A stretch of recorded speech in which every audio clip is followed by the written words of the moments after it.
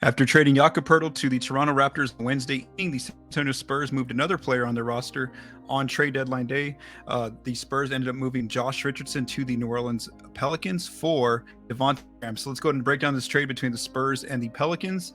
So like I said, Richardson ends up going to the Pelicans. So originally the Spurs wanted just one second round pick, according to early reporting, for Richardson because they know he's on an expiring contract and he could leave in free agency. However, they end up getting 4 second round picks, according to reporting, because they're taking on Devonte Graham's contract, and Graham has multiple years left on his deal. So let's look at what the Spurs got as where the picks are concerned. So according to Jeff McDonald of the San Antonio Express News, the 4 second round picks the Spurs will get are the 2024, 2026, 28, and 29 picks from New Orleans.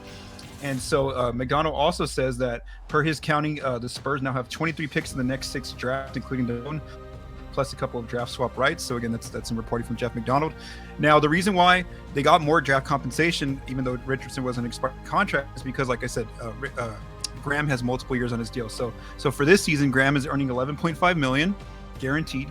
Next season, he's under contract guaranteed for $12.1 million, and then in 24-25, he has a contract for $12.6 million, but only $2.9 million of the deal is guaranteed. So really, it's like, they're basically, they got all those additional picks for a player who's pretty much on a guaranteed deal for next season. And then, if they end up either trading him next season or they could end up waiving him before his deal guarantees in that following year in 24-25. So again, the Spurs do get another player in Devonte Graham, and they end up moving Josh Richardson. This wasn't a surprise. This is something that on different Spurs casts I've kind of talked about. I expected them to, if they got even just 1 second round pick for Richardson, I expected them to move him because he was on an expiring deal.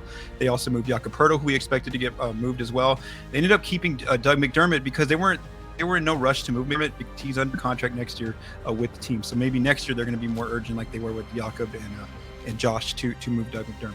All right, so let's go to take a look at where the Spurs' team page looks like, their salary page after this deal, and maybe some more moves that they might have in store, even though the trade deadline's over. So now this is kind of weird. So going into the trade deadline, we all thought the Spurs are going to try to take on contracts to basically close that gap in cap space because they had like $24.9 million available. No, instead, after these moves, the fact that they sent out Jakob and got in Khem Birch, the fact that they sent out Josh and got Devonte Graham, those 2 players, Birch and Graham, actually made less than Jakob and Josh. So the Spurs actually got more cap space in this process. So right now, 15 players on guaranteed contracts. The Spurs have $25.5 million in cap space. So again, there's no more trades they can make because the deadline is over. They can, though, waive players and then also sign players, to whatever amount that they would like to. A player to watch here is, as far as waivers go, is Dewayne Dedmon, who traded for this past week. The expectation was that if the Spurs could not move him via trade, then they are expected to buy out his contract. So I think that's something we're going to see before the March 1st deadline, which is when veteran players can be waived and then they can sign with playoff teams. So again, I think we are going to see a Dedmon waiver where so they should have at least one open roster. Regarding the other 2 veterans they just acquired, Khem Birch and Devonte Graham, I don't think they would waive those players. I think they'll wait till next year. They'll just keep them on the roster. Since the team is dealing with a lot of injuries, also have them as veteran players on the team for these younger players. So again, I'm not sure that they'll waive either of those 2 players. They'll just let them finish out the season with San Antonio. But again, I do expect Dedmon to get waived. And in that process, if they open up a roster spot, well, then they can continue to sign players like on 10-day deals. They can give a young player a full contract, or they can even go back and sign a veteran like Gorgui Dieng, who they've had on multiple 10-day contracts. They could actually give him just a full NBA deal to finish out the season. So again, they're going to probably have one extra open roster spot. Now that they've made this move for Devonte Graham, what does their cap sheet look like for next season?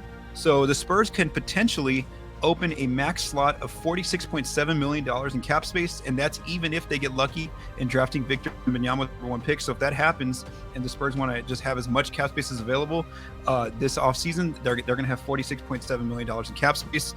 And originally, before all these deals went down, they had about like 60-something million in cap space that they could have for next season. And you do see that they're making they were willing draft assets in order to take in to reduce some of that cap space for next offseason. Because I mean, really, what were they going to do with that 60+ million?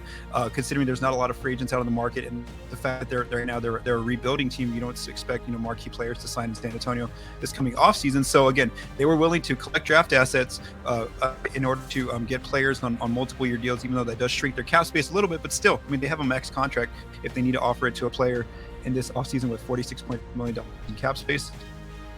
I do want to note that Joe Garcia and I will be recording a full Spurscast episode on the entire trade deadline breakdown. So regarding the Poeltl move, we'll provide more details there, and also Josh Richardson getting moved. We'll kind of provide our reactions. And by that time, maybe some of these deals will be official. Now, the Jakob deal was made official. Spurs, we did find out, according to some reports, that the 2024 pick they got from Toronto is protected 1 through 6 for the Raptors. So that basically means it's going to San Antonio, unless the Raptors to tank next season, which we don't expect, considering they made moves where they're going to try to still compete. That should become a Spurs pick for next year. And then they also got those 2 round picks and provided more details on that. So again, I'll go into full details on everything that happened and what it means going forward in a later Spurscast episode. Look for that one either Thursday evening or on Friday, sometime on Friday. So for Project Spurs, I am Paul Garcia.